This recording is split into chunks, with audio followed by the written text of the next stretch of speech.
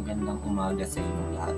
Ako nga pala si Dave Pionvina at ngayong araw ay aalamin natin kung ano-ano nga ba ang mga salitang Pilipino na walang direktang salin sa Ingles. Alam niyo ba na maraming salita sa Pilipino na walang eksaktong salin sa Ingles? Iba't ibang salita na may kakaibang kahulugan, malalim na pinagmulan at natatanging emosyon. Halina at alamin natin kung ano-ano nga ba ang mga ito. Simulan natin sa gigil. Paano nga ba ito isasalin sa Ingles?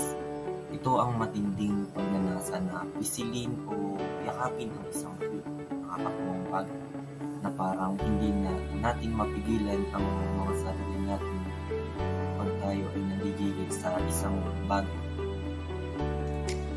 Pangalawa ay utang na loob. Hindi lang ito simpleng debt of gratitude. Sa itong malalim na pasasalamat at pakiramdam ng responsibilidad natin na maibalik ang kabaitan o kabutihan ng isang tao. Pangatlo ay pasalubong. Hindi lang ito basta souvenir o gift.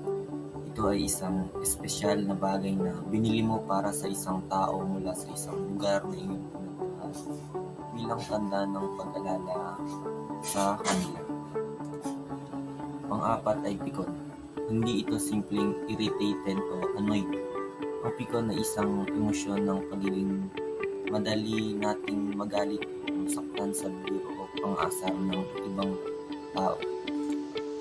Pang-lima ay alimpungat. Ito yung pakiramdam na parang kalahati ng utak mo ay maigising na pero kalahati ay tulog pa.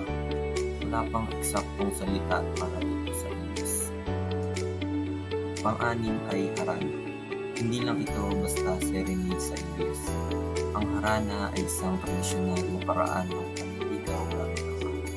Kadalasan ginagawa ito ng isang lalaki sa gabi sa labas ng bahay ng kanyang nililigaw. Pang-pito ay bahala na. Ito ay isang pagsuko sa tadhana o sitwasyon na para bang sinasabi mo, let fate decide o come what may.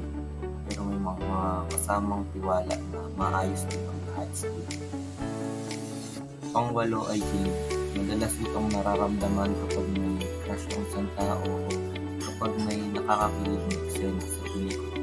Isang sensasyon ng saya at kilig na walang eksaktong salin sa Ingles. Ito lamang ang ilan sa mga halimbawa ng yaman ng ating wika na nagpapakita na may mga damdamin at konsepto na uniquely Filipino at mahirap isalin sa ibang wika. At hanggang dito na natatapos ang ating talakayan. Maraming salamat sa inyong panonood.